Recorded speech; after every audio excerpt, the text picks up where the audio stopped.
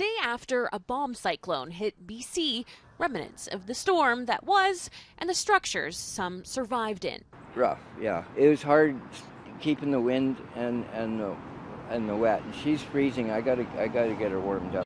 Adrian Polhammer and his girlfriend spent the night in a tent held up by broken branches. Polhammer grew up in Oak Bay. He's one of many now seeking services in downtown Victoria. There are not a lot of shelter options or extreme weather response shelters in other municipalities across the region. So when there are emergency weather conditions in effect, we do see people coming to Victoria because this is where the resources are located. And despite recent pleas from council for other municipalities to step up, it appears in last night's storm, no one did. Come on. Come on. What's going on here? Also frustrated is Kaylin McNeil, founder of Big Wheel Burger, which helps with food security in the region. He also calls Saanich home. I'm mad, and I think other people need to be mad. Loughton says behind the scenes, Saanich is stalling. What we were hearing from Saanich is that they wanted a regional conversation, and it was difficult, and council, needed to be checked in with. But last night, a reception center was set up for displaced house residents. So, why?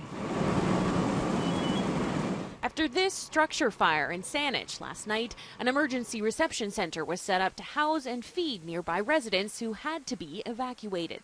For McNeil, this speaks to a hierarchy in Saanich's system. He says that isn't fair. It becomes discrimination, but it's incompetence is what it is, because it's so easy to do. And all you hear is lip service about it can't happen or this or I gotta wait for this, and it's just bullshit. Like frankly, it's ridiculous. Saanich Mayor Dean Murdoch didn't respond to Check News' request for comment today. He's previously vocalized the district is ready to do more, but didn't provide specific details. It's heartbreaking because we're not talking about something that's really, there's funding for it. BC Housing provides funding for these emergency weather responses. And when you're not doing it, that's a choice. City of Victoria's emergency team coordinator says if any municipality needs help setting things up, all they have to do is ask. We're more than happy to share that. In the meantime, residents like Polhammer will continue coming from other areas of Greater Victoria seeking the services they need to survive. The Canada Post strike is now in its 6th day as some 55,000 Canada Post workers brave the weather on picket lines. Despite being on strike, CUP W members were able to create a one-day memorandum between the union and the corporation, so some 100 postal workers can choose to volunteer their time to deliver socio-economic checks to the public. I know Canada Post, we're not back fully functioning, but we just wanted to show that, we care about those in our public that are most affected by this, and we wanted to make sure that they were getting their social assistance checks, their pension checks, and their child tax credits.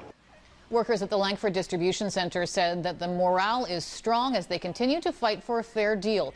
Both parties are still at the negotiating table with the help of a special mediator to try and end the walkout that's gripping the nation.